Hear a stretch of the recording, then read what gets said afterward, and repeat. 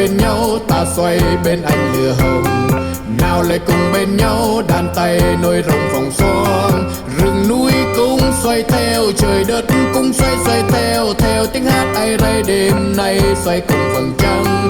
Trời đất xoay cùng em, điều hát xoay cùng anh, chào ánh mắt yêu thương đêm nay xoay cùng làng buồn. Nào cùng nắm tay nhau xoay theo nhịp chiêng, để gắn kết yêu thương xoay theo vòng xoan. Để câu hát cho ta tuy xa mà gần, để nghĩa tình càng thêm gắn bó. Nào cùng nắm tay nhau xoay theo nhịp chiêng, để vòng xoan đêm nay vươn xa vô tận. Để gắn bó yêu thương tình người, không phân biệt bạn từ nơi đâu tới đây, hòa cùng nhịp chiêng nối dòng vòng xoan.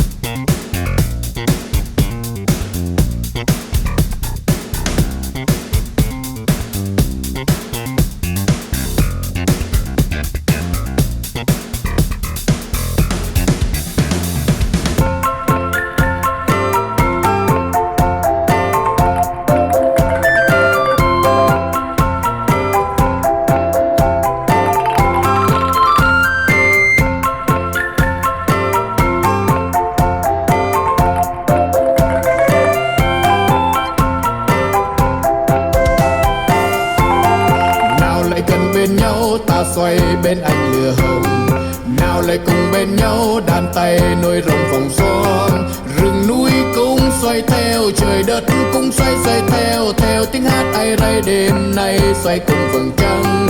Trời đất xoay cùng em, điều hát xoay cùng anh, chào ánh mắt yêu thương đêm nay xoay cùng làng buồn. Nào cùng nắm tay nhau xoay theo nhịp chiêng, để gắn kết yêu thương xoay theo vòng xoan.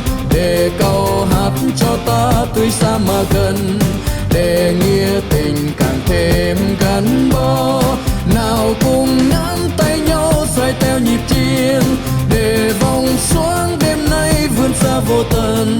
Để gắn bó yêu thương tình người, không phân biệt bạn từ nơi đâu tới đây, hòa cùng nhịp chiêng nối dòng vòng xoan.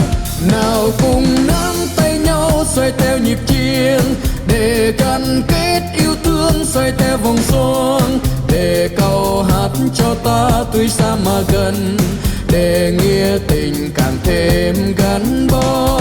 Nào cùng nắm tay nhau xoay theo nhịp chiêng, để vòng xoan đêm nay vươn xa vô tận. Để gắn bó yêu thương tình người, không phân biệt bạn từ nơi đâu tới đây, hòa cùng